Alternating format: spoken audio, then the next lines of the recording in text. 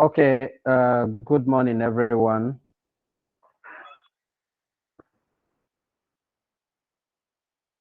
Hello, good morning. Good morning, sir. Good morning, sir. All right, good morning. I think it's 11 o'clock and we will need to start. Just to confirm, is my audio clear?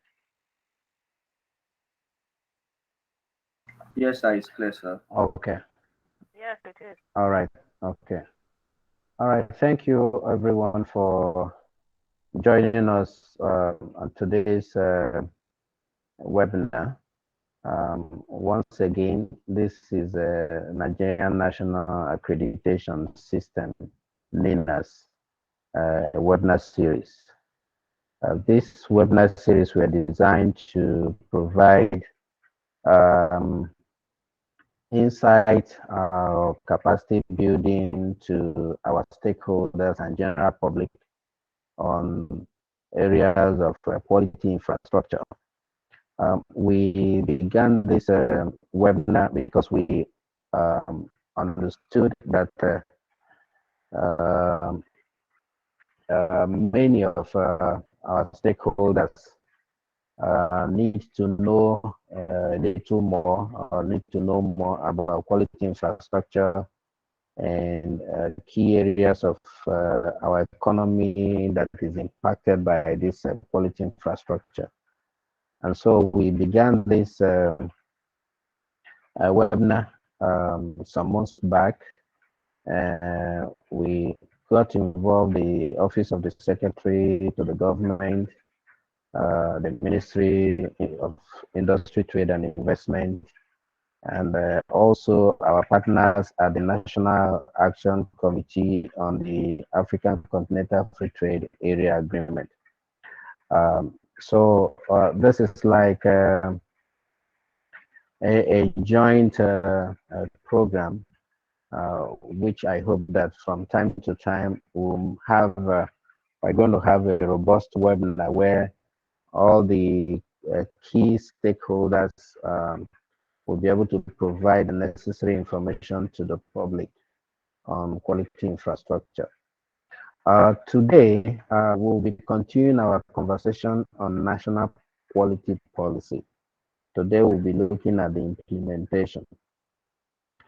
And so we'll proceed today as follows. First, I will present the what I consider the basics of how the implementation of the policy should be done. And then we'll give opportunity for questions and answer maybe a few minutes before we close. But if there are questions, anybody who wish to ask any question, it can also drop. Your questions on the chat box. I have colleagues who will be able to look into the chat box and highlight such questions. So here we go. So if there is no immediate concern, I'm going to start. Okay. Just 1 second. Trying to. Again, I think it's when John joins, we can start meeting. I think John has joined back. John, can you see the screen now? Can everyone see my screen?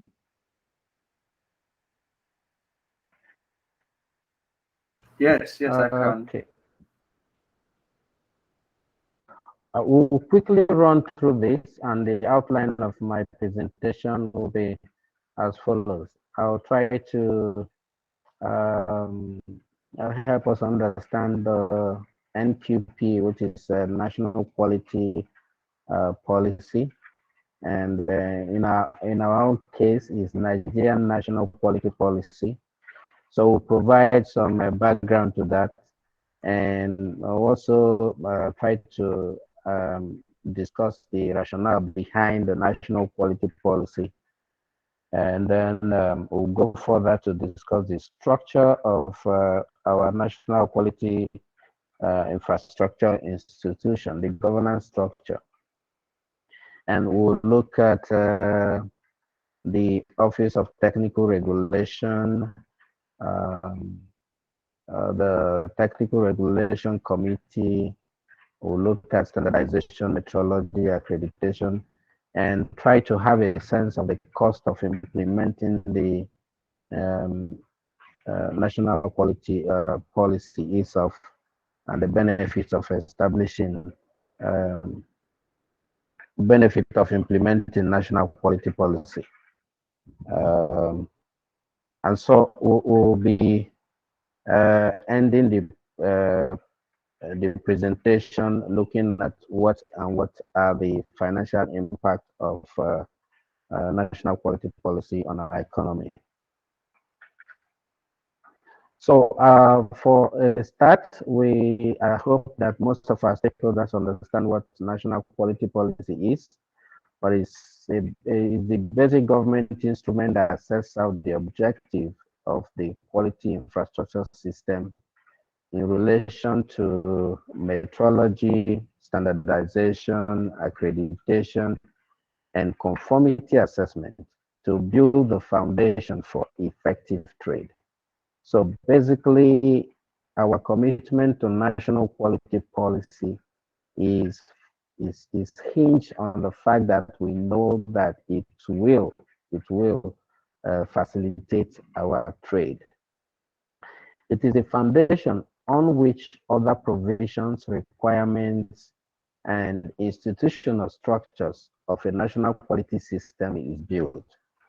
The national quality policy is the policy adopted at the national level to develop and sustain an efficient and effective quality infrastructure system. And basically, if you try to represent quality infrastructure in a simple diagram, you can simply represent them as is shown here: conformity assessment, standardization, technical regulation, metrology, market surveillance, and accreditation. The four pillars of quality infrastructure is the standard, the metrology, accreditation, and conformity assessment. But when we are discussing our national quality policy, we try to expand to every area where this policy makes bold statement. And this is why we included technical regulation, market surveillance, and the four pillars of quality infrastructure.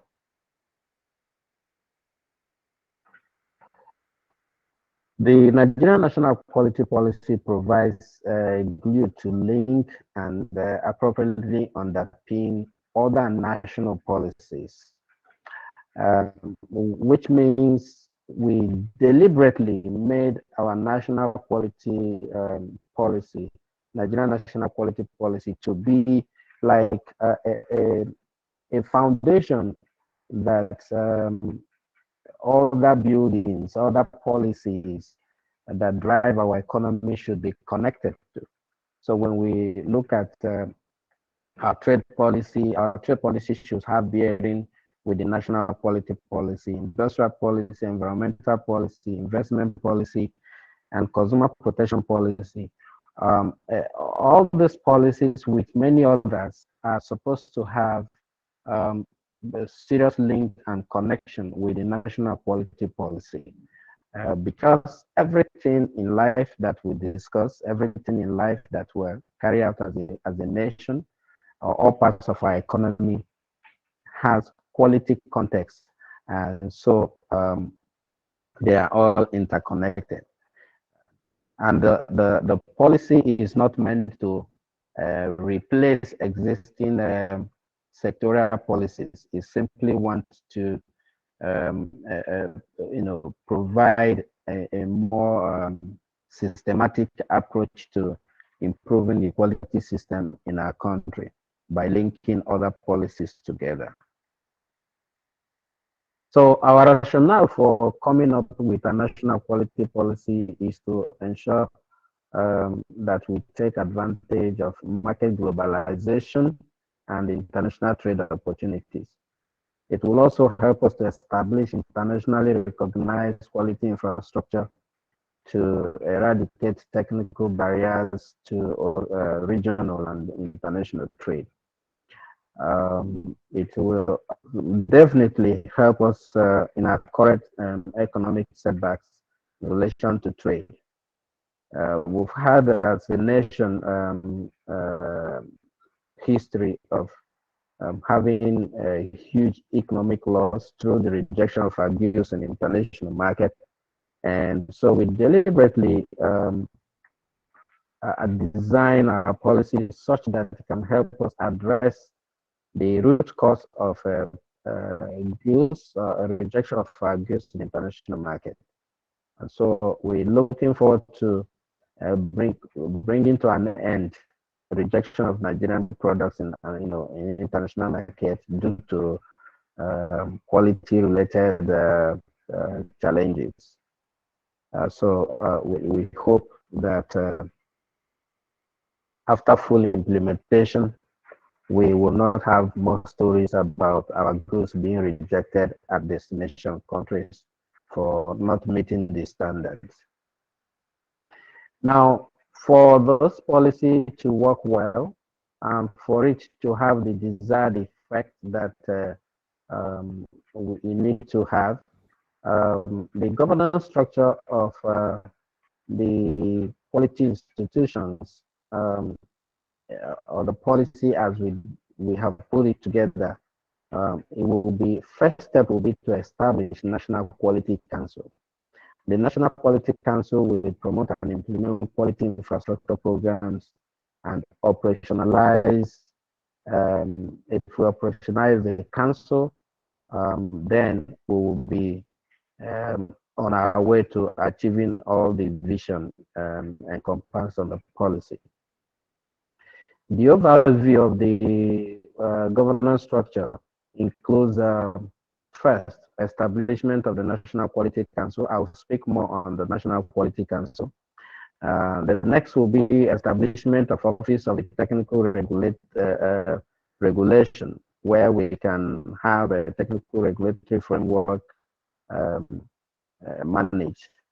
Then the next will be identification of regulatory agencies involved in the initiation, development, and enforcement of technical regulations. And we will also establish a national technical regulation committee.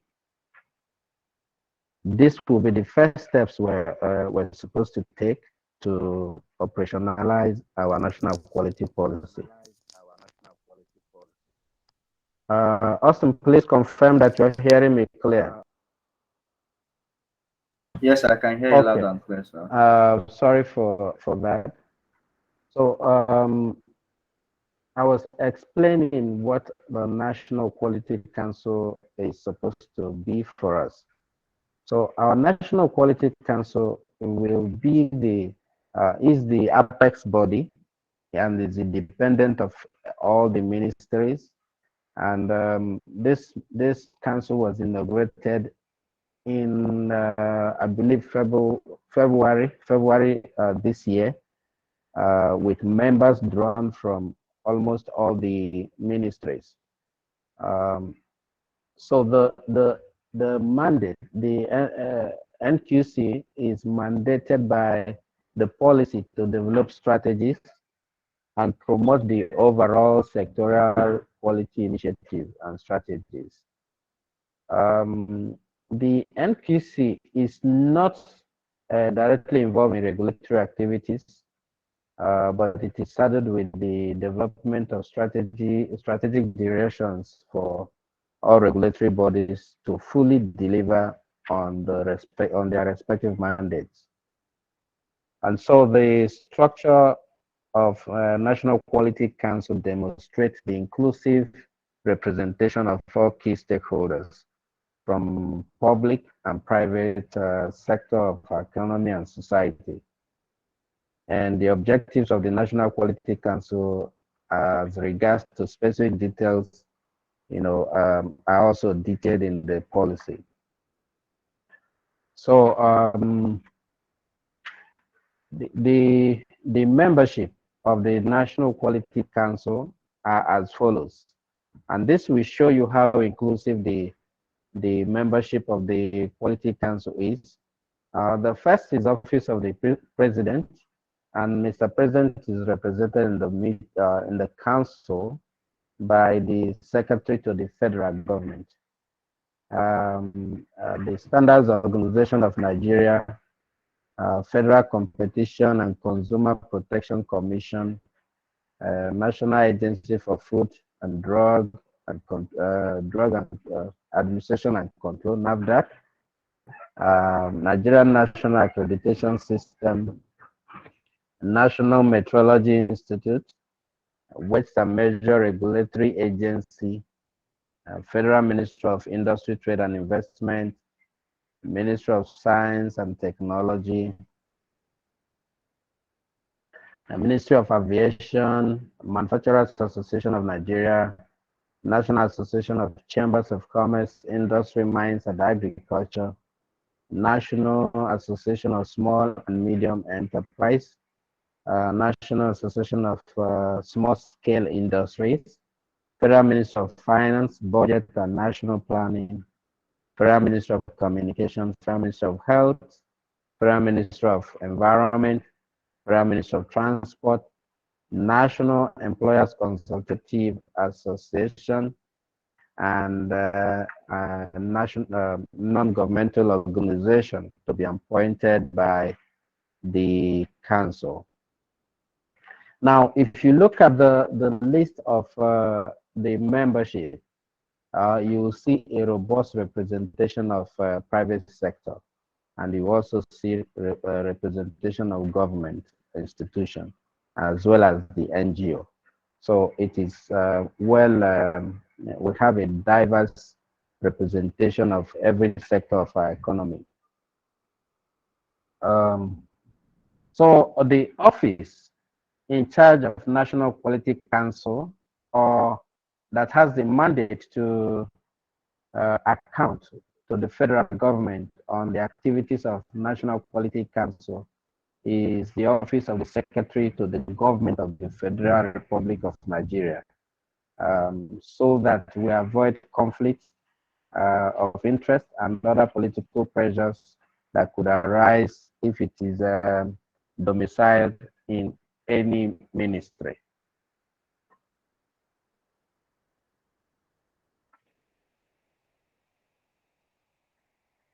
After the establishment of the National Quality Council, the National Quality Council is supposed to be driven by a technical office that will perform the technical activities, for the National Quality Council, and that's Office of the Technical Regulation. And let me bring some slides forward to explain what I mean. So the National Quality Council is going to establish a framework that defines criteria and procedure to coordinate the development and implementation of technical regulation, including the policies and procedures regarding the relationship between standards and regulation. The development and implementation of technical regulation is to be coordinated by the Technical Regulation Office under the National Quality Council. The technical regulation takes into account national peculiarities and complies with the regional integration requirements and WTO, SPS, and TBT agreement.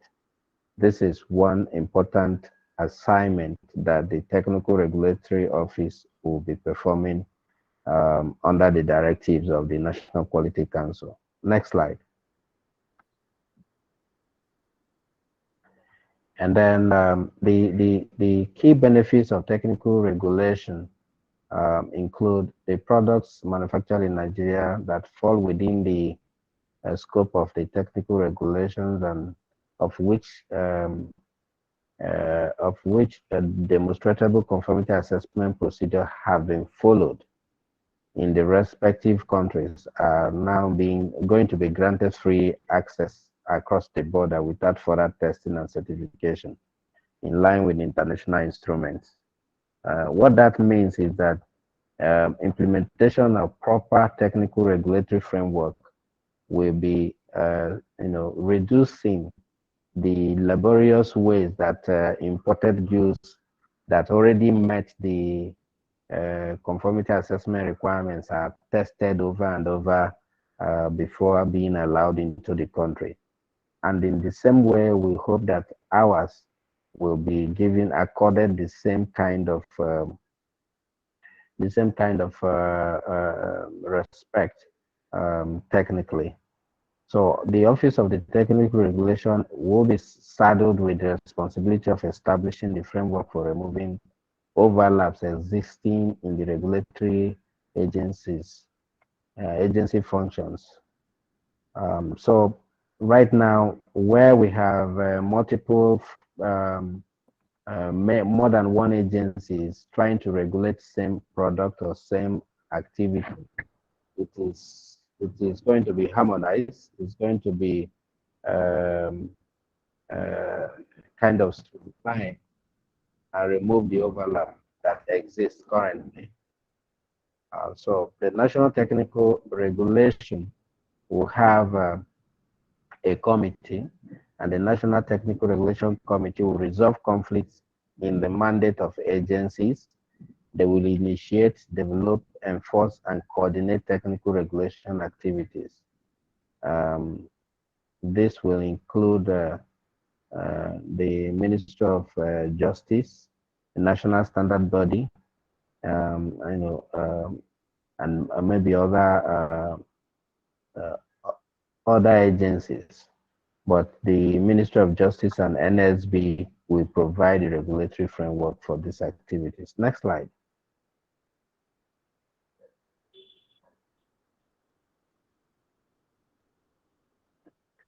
One big part of the implementation of the quality policy will include ensuring that the standards, which we already have in the national standard body, that their activities are in line with the international best practices. Will strengthen where we already have. For us, we are lucky to have a very good standard body with a very large scope. But this implementation of the policy will simply allow for enhancing their functions and aligning it to the international best practices.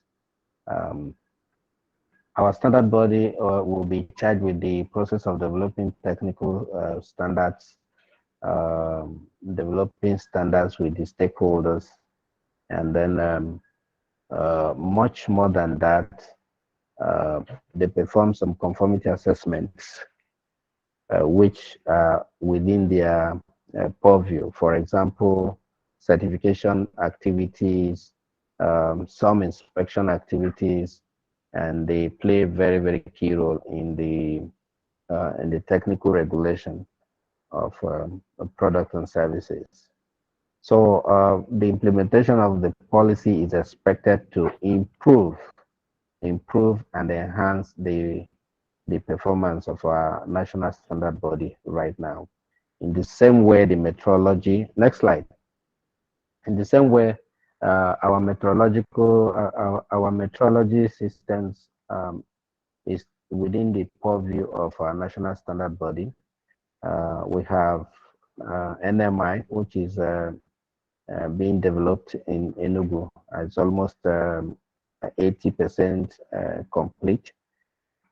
That's part of what our national standard body is responsible for as of today.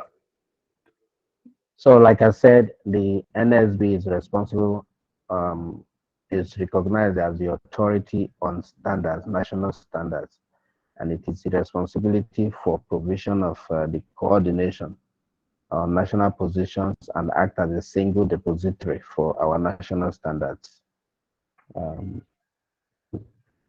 Next slide.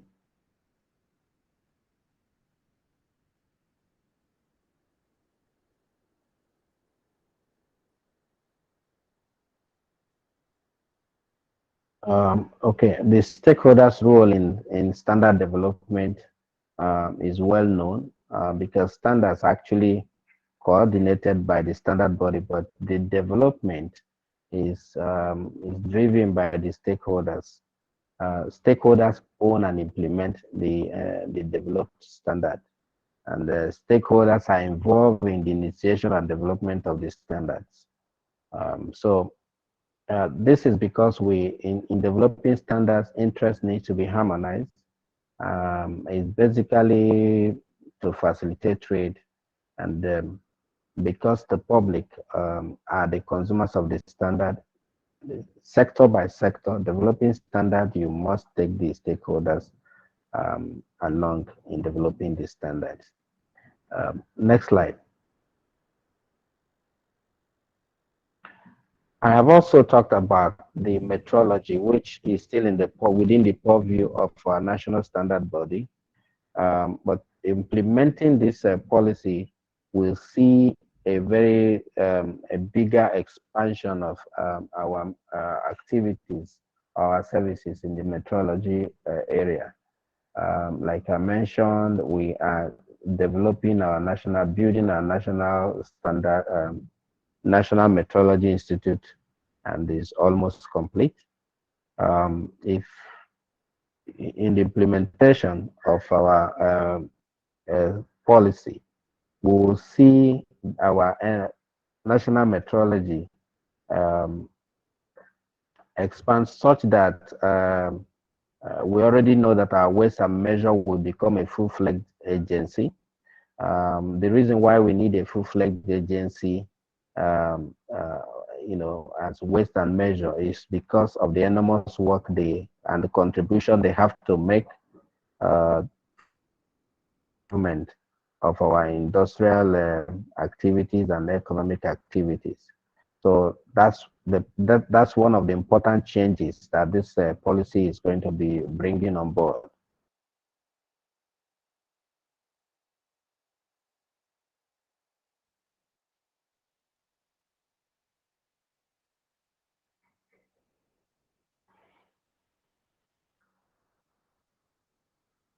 Austin, I hope you can hear me and see the screen. Yes, sir, I can hear you. Okay. So sorry, I guess the internet network is very unstable here. But anyway, I'm back.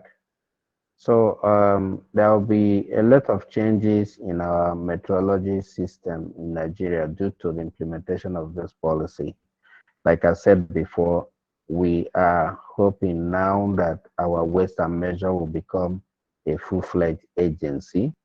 We are also looking forward to our Metrology Institute being fully developed and fully completed, and that will mean a lot for our industry. I'm also very happy that connected here is Salim Mohammed, who is also from the Waste and Measure. Maybe during our question and answer, he might have one or two things to say. Next slide.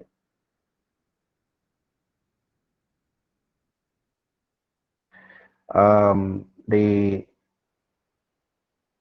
Nigerian National Accreditation System has formally, by this policy, been given a proper footing on the quality infrastructure system of Nigeria, because NINAS is now given a robust responsibility and mandate to attest to competency of an individual or organization to offer specified conformity assessment services in area of testing, inspection, and certification. And the policy recognizes NINAS as a national accreditation body, NAB. So it's assumed by this policy that no other organization will provide attestation to conformity assessment service bodies except NINAS. Having said that, the value of implementing this policy now, as far as NINAS is concerned, is that it will be providing funding and all other support needed to ensure that NINAS can support the industry in terms of accreditation services in all the areas that concerns our economy. And we're hoping that implementation of the policy will fast track the development of NINAS and achievement of all mutual recognitions required of NINA.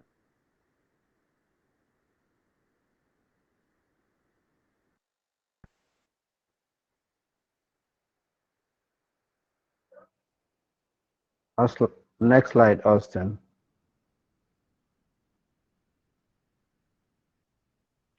Okay, so if the implementation of the policy goes as planned and expected, it will help NINAS achieve the mutual recognitions needed at AFRAC, ILAC, IAF, as the case may be. Currently, we have begun to prepare ourselves for all the mutual recognition evaluations, and very soon NINAS will be submitting herself to these evaluations. Next slide.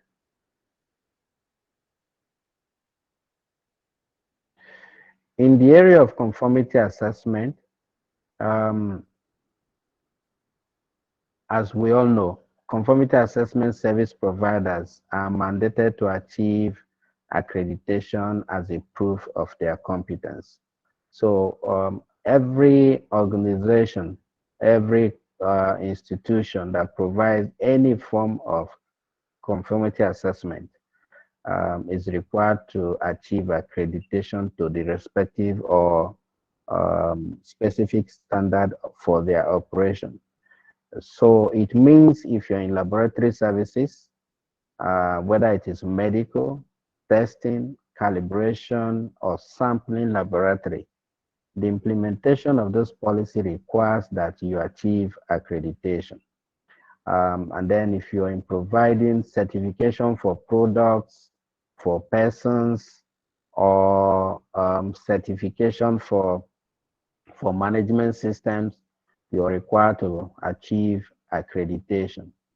If you're involved in inspection of products, inspection of installations, inspection, any form of inspection that has to do with confirming conformity assessment, you are required to achieve accreditation to perform this function. And you're also required to be able to provide, conduct the activities according to international standards and guidelines. And you also pay attention to the national needs. You have to be transparent, impartial, and non-discriminatory to avoid barrier to trade. For conformity assessment bodies, whether it's persons, certification, inspections, we are also charged to develop and upgrade.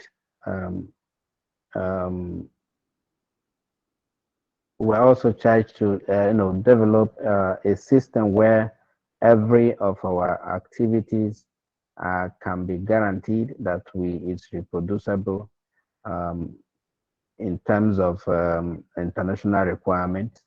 To do that, for those of us that uses calibration equipments and facilities, those has to be up to date.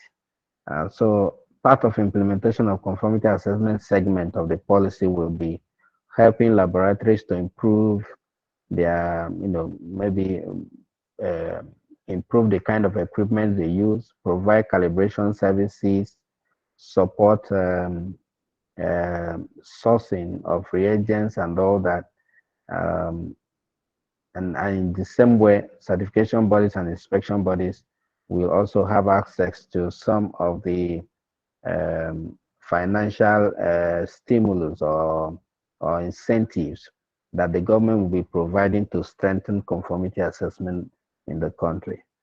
So there will be a whole lot of benefit for conformity assessment, because right now we know that we do not have a lot of conformity assessment bodies, especially in the area of certification and inspection.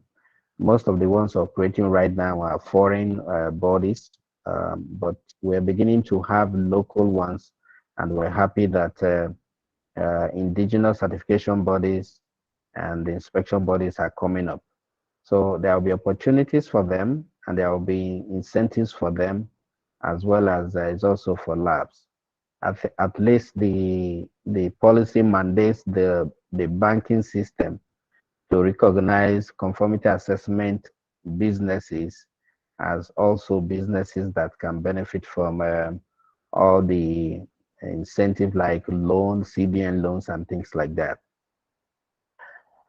So we also look forward to seeing that as we implement this policy, we will strengthen area of conformity assessment services in Nigeria and begin to see more of private sector activity in this area.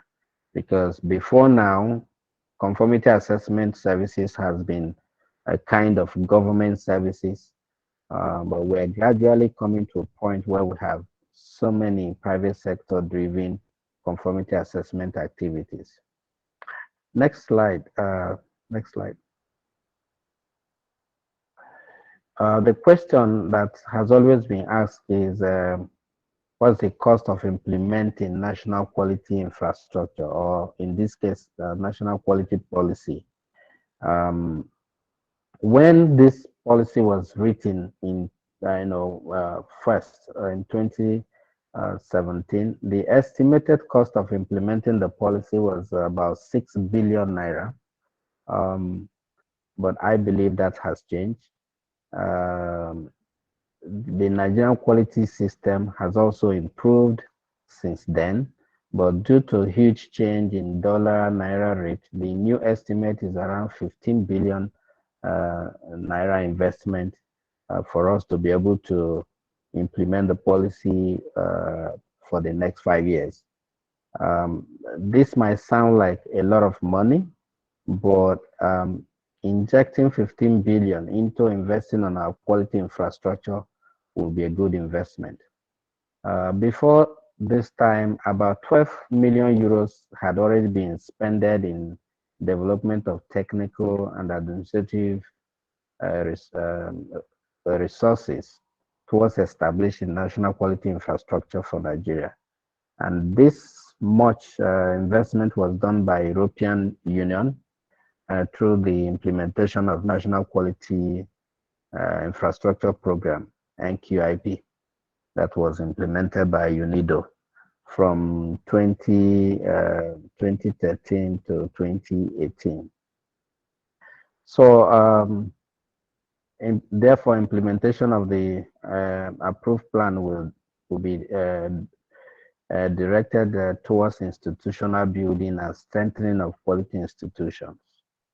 So our investment right now will be going towards strengthening existing institutions, upgrading our services to be at par with the international colleagues, and we'll also be seeing more of more effective operations of our quality system. Next slide.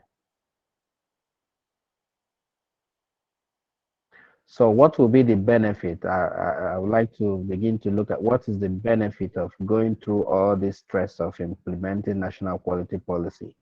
The first and most important is that this will increase Nigerians' export due to increased global credibility of our local products, product certification process.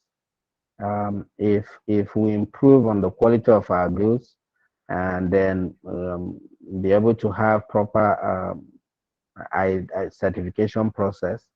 Of course, our goods will be more acceptable to the international market. It will also increase our foreign exchange earnings. It will create more jobs, result in increased private sector viability and participation. And we're going to be seeing reduced cost of compliance and conformity to standards, because when the system are providing services needed by the private sector, the industry, the producers, there will be a higher rate of compliance, much better than what we have now. Next slide. For the manufacturers and suppliers, it will promote and facilitate the uptake and the use of international standards in meeting manufacturing and supply chain process as their businesses are modeled on management standard recognized worldwide. For regulators, it will reduce the inconsistencies and incoherence in the use of standards and regulation, as they have the potential of becoming a technical barrier to trade. So the policy will help us still maintain a very good regulatory framework, but it will be such a regulatory framework that will not be a technical barrier to trade itself. Then application of quality infrastructure will help the regulators actually to rely on quality infrastructure or conformity assessment results to make better judgments, and to reduce our risk to health, safety, and environment. Because now, with implementation of the policy, we'll have more safe and environmental friendly products in our markets. Next slide.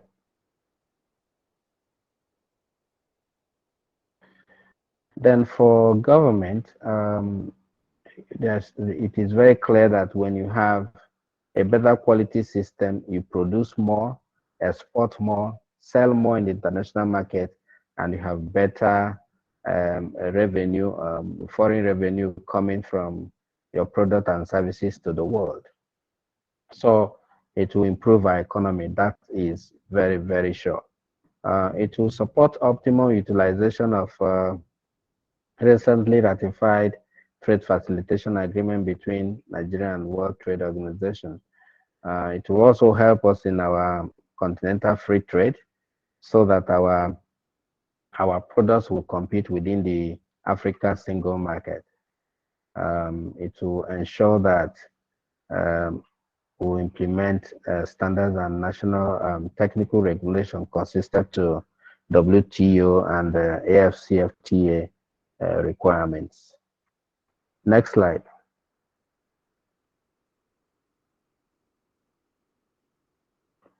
So if you ask, why this much investment into quality policy? What can it bring to our economy?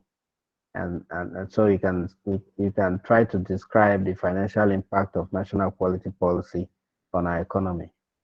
First, we say that quality of product and services, 80% from we increase,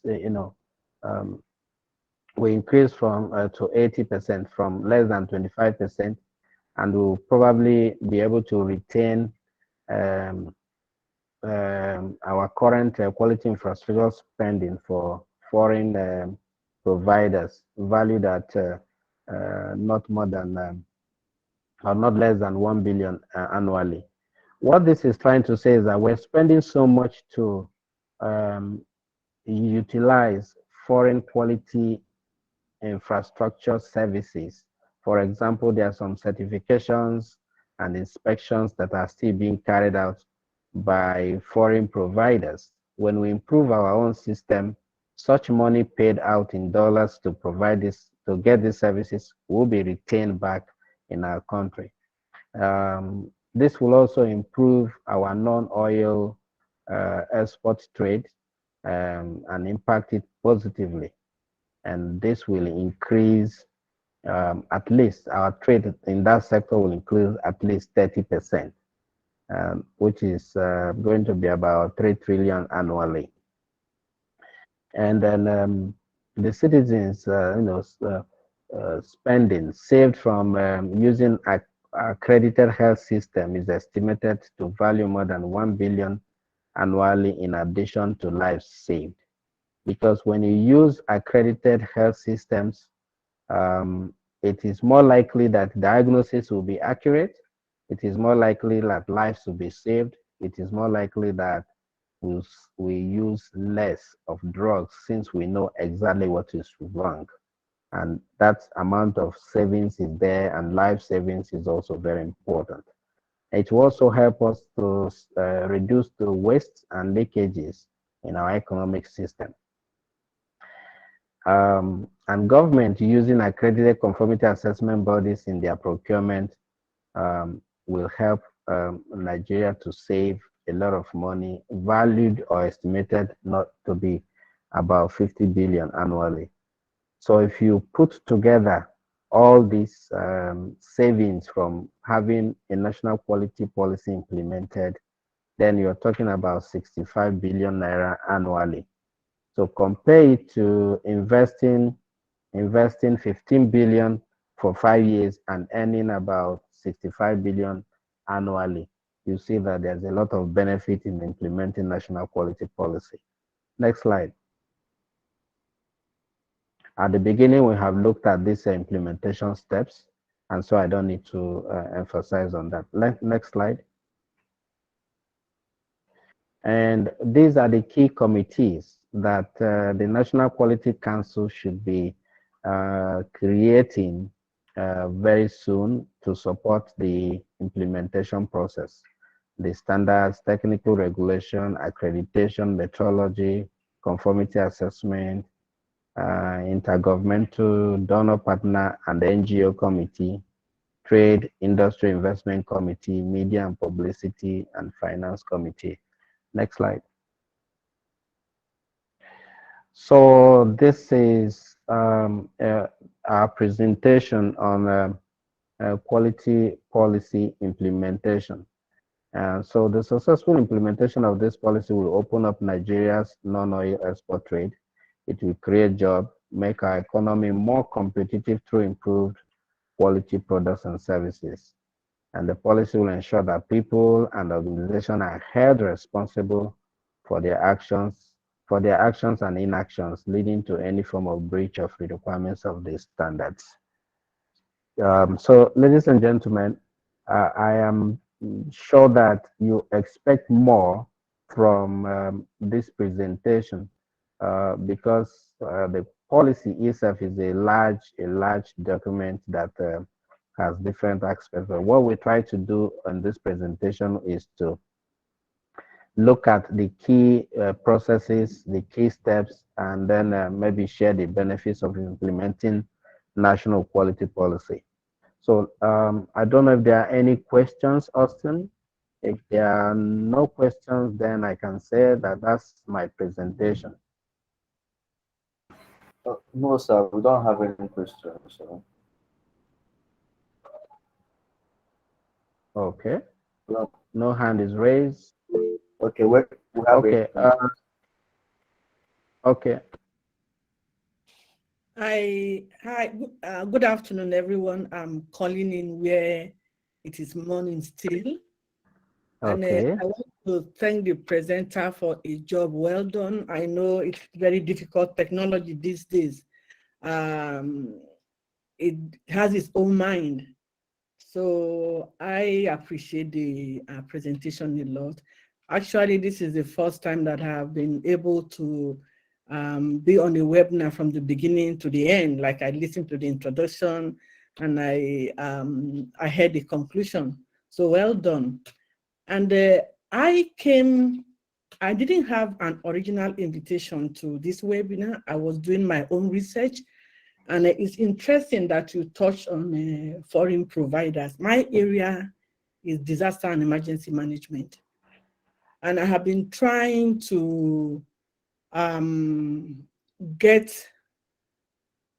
a chapter of the International Association of Emergency Managers established in Nigeria.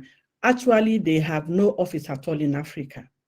And I worked on this for so long. Last year, I actually around May, I spoke with the officials in the US, and I got the approval to go to Nigeria and open an office, start an office, on the condition that I can get 150 emergency managers to register.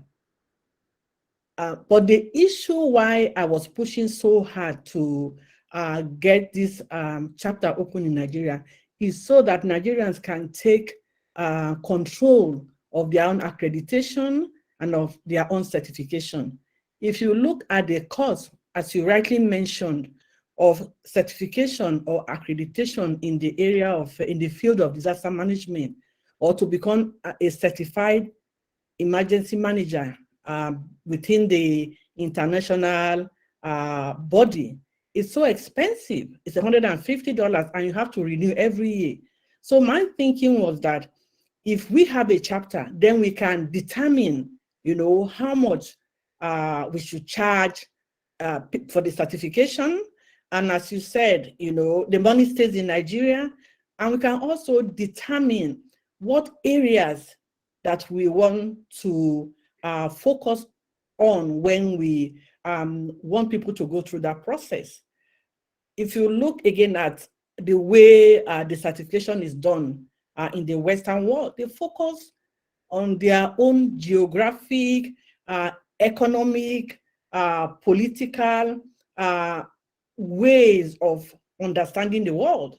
Well, that geographical landscape or whatever landscape they use is not the same as the landscape. I mean, not exactly.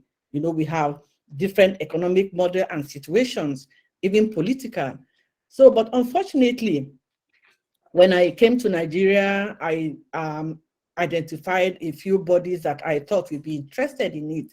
But I was sorely disappointed because I didn't get the kind of response that I was expecting. I thought people would be excited. Oh, you know, we can have this chapter here and become a trailblazer for the whole of Africa. Actually, if it had taken off, we would have become not just an international body, we've become like the regional body, starting with the western part of Africa. Unfortunately, like I said, it didn't go through. So I'm really excited about this prospect. I hope that everything you presented, which is a lot, I can't go through every item one by one. I have a lot of notes that I have taken, but I just have haven't given you that backdrop. I just, my concern, one of my concerns is that when you talk about the NMI, the standard body, you stated that it will be manned by stakeholders. When I look at the ISO, that's the International Standard Organization, it's almost what they do, but they do have this small window where ordinary citizens can participate, going through some processes. So my question, and what that means for me, is that if you have consumers or people from the outside, it provides some kind of checks and balances or an overview, if you will. So in this case, you have stated that stakeholders will make all the decisions, they will form the body. So do you think that there is any room down in the future where you can open that space where people who are not stakeholders can meet some criteria and become part of this body? So that would be my first question. Thank you. Thank you, Suzanne. Thank you, Suzanne. First of all, let me thank you for the work you're doing in trying to put together a body that we don't have in area of disaster management or emergency management. Sorry if I got that right. Now, I know there are challenges in bringing new things in our environment. You first of all, you see you probably get faced with the like the public feeling, we don't need you, we don't need you. Meanwhile, we're spending whole lot of money trying to get the same services from outside.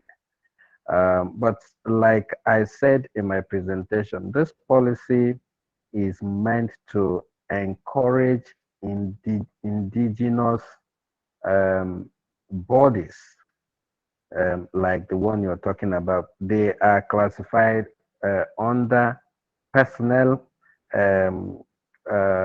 conformity assessment body, like a person's certification body. Because what your body will do at the end of the day is to be a body that probably will provide um, some registrations, training, certification of people involved in emergency management. Now, if you provide that platform and begin to certify your members, it is a lot of benefit to the country. Now, what this policy or such organization is to make sure that you're able to be accredited by our national accreditation agency or organization. And that is why NINAS is set up, and that's part of our services. So we will work with you to get it accredited, and the accreditation you get will be the same accreditation you would have gotten if you or your colleagues in America or UK would have gotten, because it is the same global accreditation system. So that's one. So I'm encouraging you not to slow down, keep working on it. At some point, it will you will see a huge benefit and impact in the country. Now, on the standard, I said that the standard body, the NSB, which is National Standard Body, for us, it is Standards Organization of Nigeria. The way they develop the standard, they actually get all the stakeholders involved, and you as an individual or an expert can originate standard development. For example, if in your area you know that particular area of emergency management better than um, any other person in the business, you can actually begin to develop a standard for the activities. At some point, when you're comfortable with what you have, you can go to SON and say, look, I have these standards for XYZ in the area of emergency management. And they will look at it. And if they make a judgment that is of value to the economy, they will constitute what they call National Technical Committee to work with you. And as soon as the committee work with you, they have a process. They have a standard process where they take people's ideas and standards to, turning it into a national standard. If you go through that process, which is actually SON driven, coordinated by SON, but private sector driven. If you go through that process, at the end of the day, your ideas or your work can become a national standard. It can be adopted for national standard. Sometimes our national standard becomes the continental standard because of the role we play in African country. So yes, there is opportunity down the line where you can participate. Even right now, there is opportunity for you to participate in activities of SON. It just have to be area where you are an expert in. If you first of all, for example, you can check, do they have any standards that are focused on emergency management already in this country? If there are, there must be a national technical committee for it. If there is none, you can advocate for establishment of one, and the country will benefit from what you're doing. So there's a lot, Suzanne, that you can do for us in this area. If you need us to further this conversation, you can always reach out to us at NINAS. I think our website will have all the information you need, maybe our contacts and all that. So thank you. Okay. Yeah, thank you, Suzanne, for your comments and question. Okay. Thank you. Yes, we have Simidele Onibanjo. Your hand has been raised. Are you still Yes, there? thank you, Mr. Kanya, for your presentation. I actually got this invite on LinkedIn. I'm a consultant with NAFDAC, and I know that NAFDAC has worked with NINAS from inception. I even know we contributed to helping you set up your organization in Nigeria. Yes, yes. As you know, NAFDAC is actually involved in conformity assessment currently. Yes. We do inspection, we do testing, and we issue certifications. Yes. And our laboratories have been ISO 17025 certified, and I know that we have accreditation with NINAS. Yes. But to be able to share certificates across countries, both developing and developed countries, I know we need to perfect the inspection and certification angles. Yes.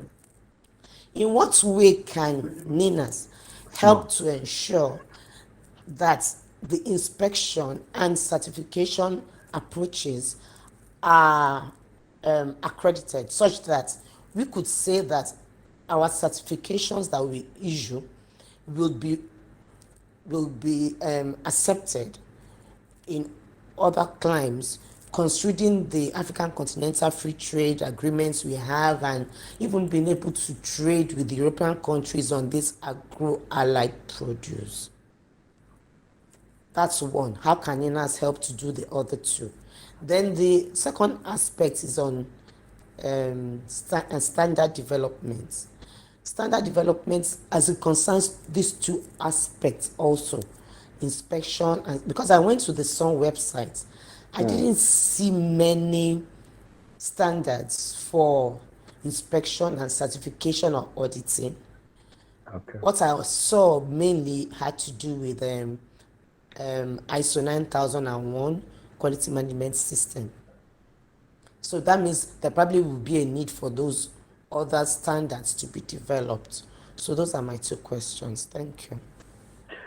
Thank you so much, Simi. Actually, this your question is, for me, is a very golden question, because you touched a very important aspect of our conformity assessment. Conformity can be on the regulatory side or on the voluntary side. On the regulatory side, you have, for example, right as you rightly said, NAFDAC has laboratories where they test for conformity of food, drugs, cosmetics, and all kinds of products.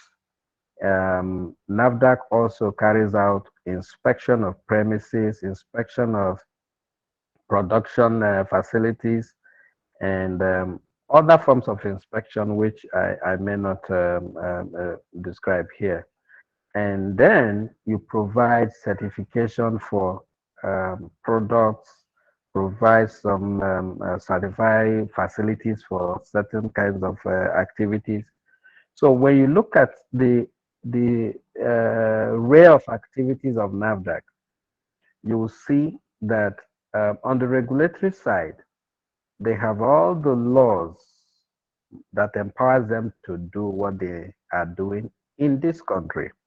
But like you said also, for what you do here in this country to be recognized outside, you must have beyond your law. You must have also the internationally recognized evidence that the way and manner you implement your mandate is actually meeting the international requirements. And so that's a very important aspect of what you said.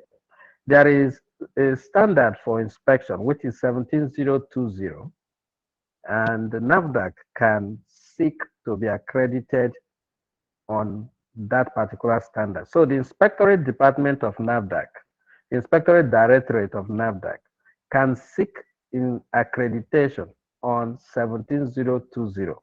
So it is the inspectorate team that receives that accreditation, and the accreditation covers activities of NAFDAC on the inspection. They can also seek the what do you call it, accreditation for product registration they conduct, which also is within the standard of 17065, that is certification of products. These two standards, unfortunately, I'm not aware that NAFDAC has sought accreditation in this area, but I am aware, of course, we have accredited NAFDAC laboratory, and NAFDAC is also accredited by international laboratory, other international accreditation bodies as far as their labs are concerned. So as a consultant for NAFDAC, it is a good thing for me, and I'm happy to hear from you asking how do we achieve that. NINAS is always willing. I've had opportunity to talk to regulators, how each regulator can accredit their processes. I'm also aware that the one-stop, what do we call it, zero reject project is meant to get all the regulators to accredit all their processes, regulatory processes. So yes, Simi, maybe if you wish that we'll discuss this further, there's opportunity for us to do that. We have begun to accredit inspection bodies in the country. We have one in Lagos, another one in Port Harcourt. I have new applications for inspection bodies, and we have also accredited certification bodies. So why not our own NAFDAC? We can do that. I'm sure that SON also is also gearing up to do the same. So I hope I addressed your questions, Simi. Yes, you addressed it, but I just still have one more thing to say. I looked at your trainings and that will be going on through the year. I didn't see actually any on 17065, nor did I see on. I know you have one in June. I'm not sure if that one is the one on 17020, but how else, apart from you conducting them in your premises, can you step down to organizations for training, or do we have to Yes. come over to your place? No, Simi, we have what we call corporate trainings or institutional trainings. If NAFDAC requests NINAS to conduct training on 17020, which is inspection, we'll be glad to do that. If NAFDAC requires to present, conduct training on that standard 17065, which is for product certification, we'll be glad to do that. And for me, it's not even about the money, even though they have to pay for it, but it's about seeing that the quality infrastructure is taking root on our quality institutions. And for us to also note, 2025, as per this policy, any agency that is performing conformity assessment is required to have achieved accreditation in that particular standard. So we are willing, we are ready, we have the resources to work with NAFDAC, SON, and National Quarantine, everybody on at least training on these standards, because those are standards that we accredit, we should be able to provide trainings on them.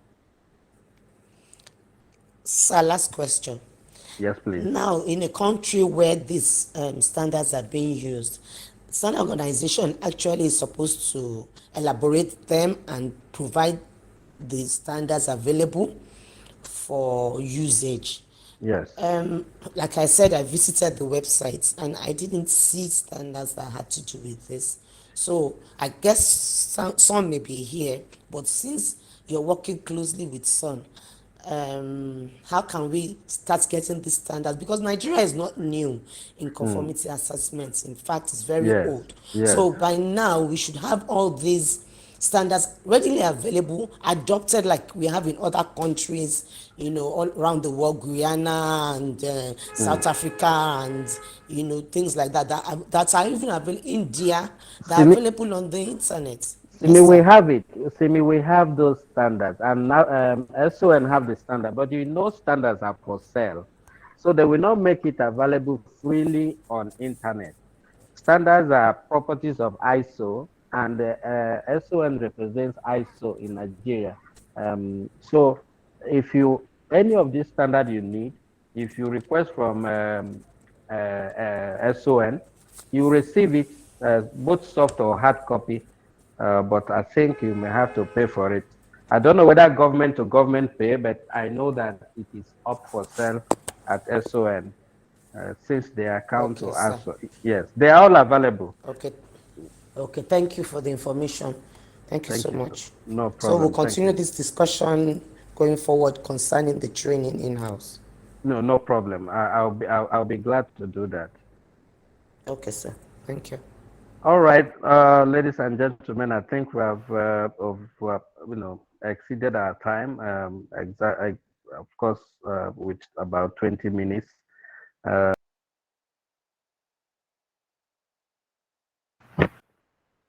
Okay, thank you everyone for joining our webinar. I observe that we have a hand up. This is Stephanie Alaribe. Please, all your questions can be sent to us through the chat, and we'll respond to that through email, or we'll reach out to you for further communication. The slides, thank you, madam. The slides should be sent across to everyone that provided their email, and also a link to watch the video from the beginning. So my apologies for those that had challenges joining, or we provided invites for people that registered earlier, and we ensure that we keep improving our technology. So thank you everyone, and thank you so much for joining us once again. So I will allow the meeting to stay on for the next 15 minutes for people to send in their emails and their comments and their questions, so we can capture everything before we end the meeting.